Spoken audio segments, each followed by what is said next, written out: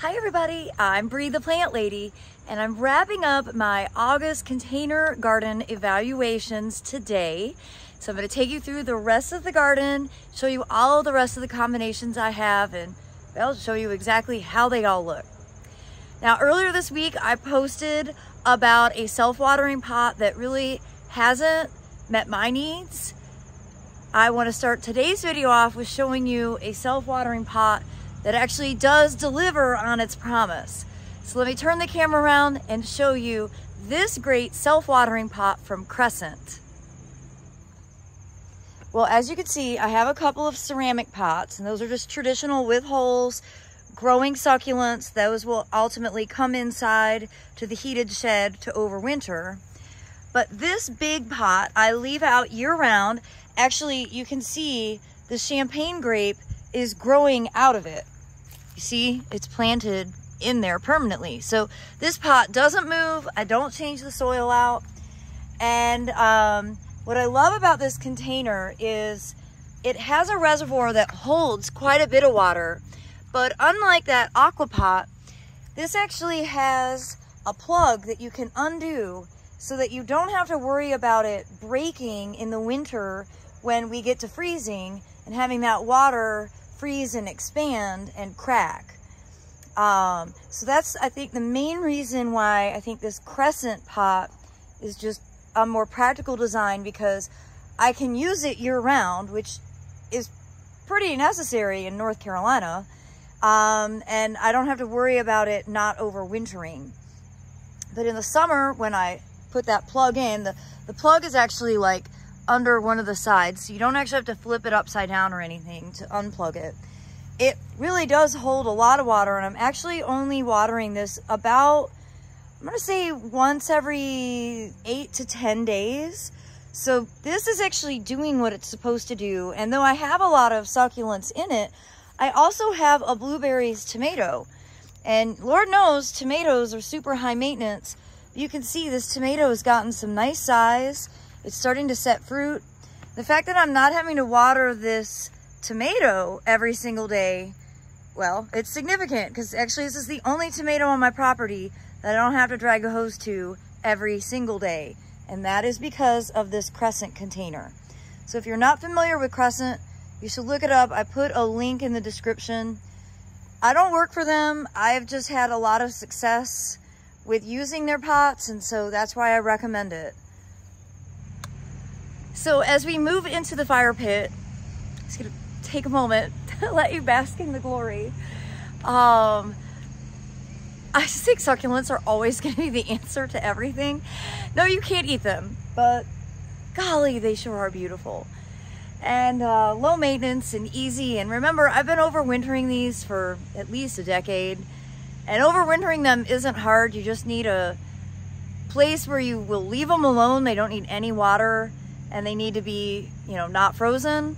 And add some grow lights. Every year I do a video to show you how I prepare my heated shed to stash these on a top shelf and put them in there before we have, you know, really wet, cold weather.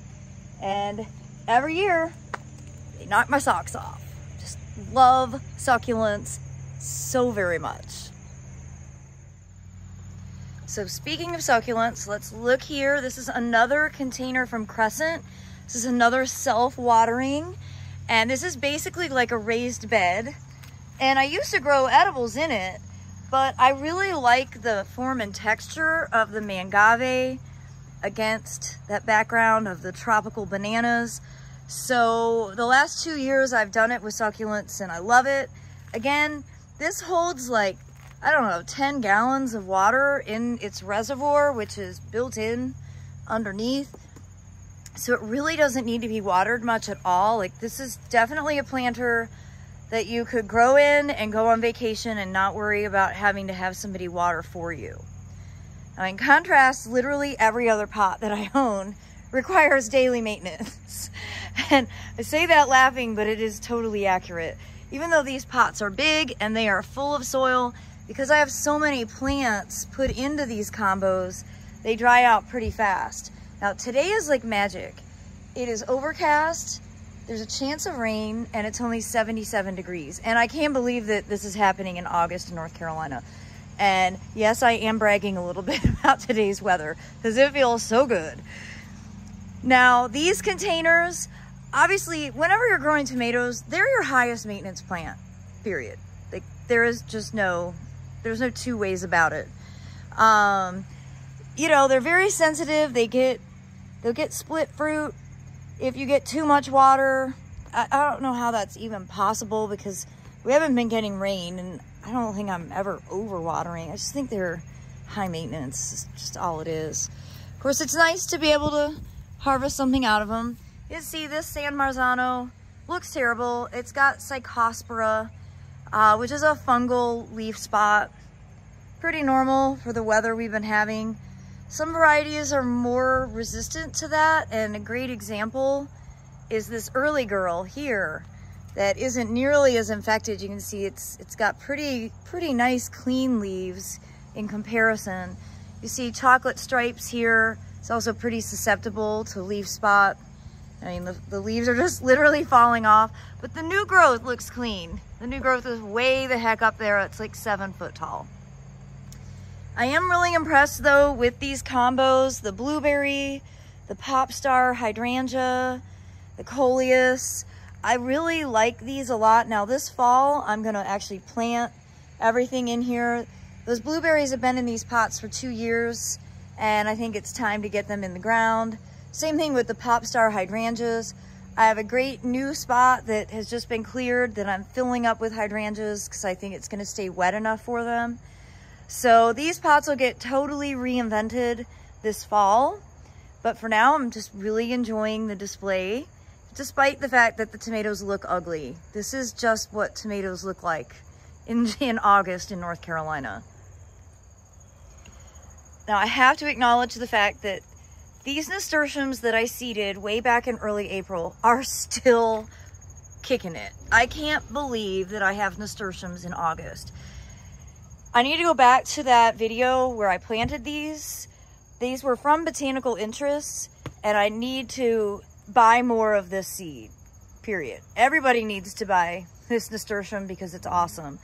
It's my mission today to find it and get more, because I think now would be a great time to sow more nasturtiums that would then grow through the fall season. Of course, the Plectranthus is a must-have, especially if you have a lot of animals like deer that are eating. The deer don't like the smell of this foliage. And the Treasure Island sweet potatoes, I love sweet potatoes in general. I love that these produce edible tubers in addition to having the beautiful foliage. And over here, you know, I lost a tomato earlier this week in this pot, and I think I'm gonna do some seeding, but I haven't exactly figured out with what. That's why I was thinking maybe I should just get more nasturtiums. But I'm so pleased to see how this other tomato, this is a variety called Blueberries, and it's because it gets this sort of purple anthocyan on the immature fruit. And I'm just loving how that's like already filled in the arbor. You're not really missing the other giant tomato that died.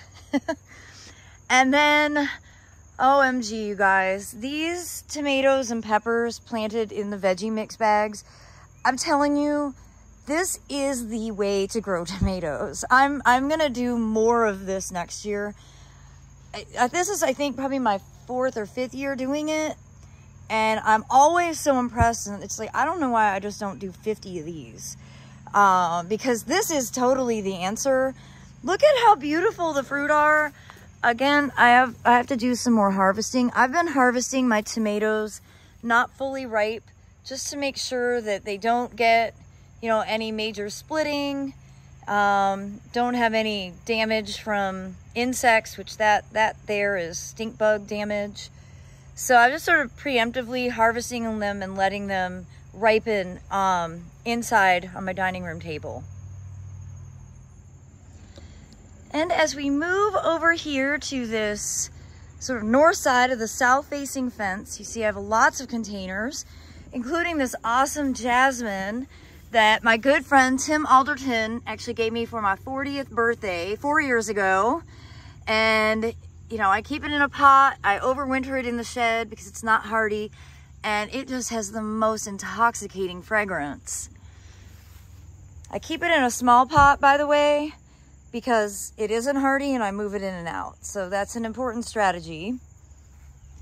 Now, coming along this side, all of these are growing in veggie mix. They're just in pots. And to be honest, I don't think it's worth the effort of putting them in the pots when you could just plant directly in the bag. These are all cream sausage, and as you can see, this low cattle fence isn't quite enough for staking. So we're gonna actually add another layer of cattle fence just to support these taller new growth branches that also are full of fruit. So we come along this way, you can see I've got those fruit snack dwarf apples, the columnar apples, and they are going to be hitting the market in 2024. And I promise as soon as I find out where they're available, I will let you know, because these are awesome. I do intend to put these in the ground. I just haven't gotten to it. And I'm not going to get to it now because they're behind these tomatoes, and getting in there is basically impossible. Now, these are all orange icicle, and I am disappointed to not see more fruit. However, we are just coming out of like a 2-week upper 90s spell where tomatoes don't get pollinated very well. So hopefully in the coming weeks, all these flowers that are forming now will end up producing fruit. 'Cause orange icicle is a really fantastic paste variety, and I haven't had any to harvest yet, and I'm getting anxious to do so. I also wanted to include an update on this feed tank that is doing quite magnificently, if I may say so myself.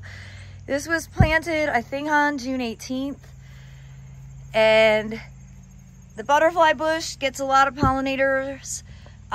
These peppers, I love these. I like tall peppers. I know I've said this before, but I'm comparing this pepper to that pepper, and it does have good fruit set. I need to go ahead and harvest these right now. I don't mean to totally diminish it, but like, there's no way you could plant something that small in the ground. It would get totally overrun. And look at these cucumbers. I have not had a good cucumber year. I am hoping that soon I will be harvesting cucumbers because I really like to make pickles. And these are definitely the happiest cucumbers that I have on this property. And of course, the feed tank is great because it's big. It's a lot of soil volume. It doesn't need to be watered every day. It still needs to be watered, don't get me wrong, but it's way less maintenance than some of the smaller pots. And all the containers around the greenhouse are looking great. You can see the next round of raspberries are starting to grow. Remember, raspberries sucker, even the new varieties sucker. I really recommend keeping those in containers, because if you put them in the ground, you're really setting yourself up for a huge maintenance task if you don't want them running everywhere. But they're totally worth growing. Look at all the fruit that are going to be coming. This is a variety called Heritage, and it's done very well here in North Carolina. My former intern, Flora, gave this to me, and I love Flora's legacy. Every time I get to come out and nibble on some raspberries, and you can see I do have a lot of insects, and look at that big old leaf hopper. Blends right in, perfect green. And as I round the corner, all of the tomatoes that are left here are doing well. I did lose a lot to Ralstonia, so really important to note. Probably not gonna really be able to grow tomatoes over here unless I dig out all the soil and put fresh in, and I'm not sure I'm ambitious enough to do that. However, the ones that are in fresh veggie mix are doing really well. So that's all of these. Of course, the eggplant. Oh, that one looks like it's about ready to be harvested. All of these cream sausage are doing wonderfully. And I do see my first cucumber, very exciting. Look at that sweet little baby. I actually, for pickles, this is the perfect stage, but I think I'm gonna wait another day. And I do have some more cucumbers growing here. And of course, another blueberries. And this is just one of my, I just really like this as a little grape tomato or a cherry tomato.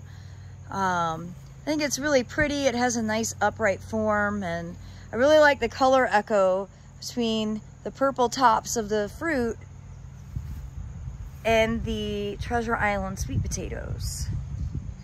So overall, I'm actually really pleased with how all of my container gardens are looking. Many of which have really survived some pretty rough weather lately, and they're looking great. And I think that we're all enjoying this milder weather, even though it's not going to last. Take advantage of it for today. If you have an interest in learning more about how to create foodscape containers, I hope that you will check out my class that is offered through Peppermint. We filmed it here last fall, and it was done by a professional videographer, so the quality of the video is significantly higher. And it really is just meant to be a step-by-step tutorial. I cover everything you need to know, from container selection to soils, how to mix your own, fertilizer, pest control, plant selection, of course. And I think that it's a really useful class and a great resource, so I hope you'll check that out. And I'm ending here on my back patio because I wanted to show you the beautiful black mudras rice that I seeded and then reseeded and seeded one more time. And that effort has finally paid off, and I hope you'll agree. This is one of the most beautiful patio container plants of all time. It's put in a pot, no drainage holes, and you can also grow your own rice on your back patio. Well, I hope these videos will serve as inspiration and be helpful to you, and I look forward to sharing more updates right here from my Zone 7 Central North Carolina garden. Thanks for watching, everybody.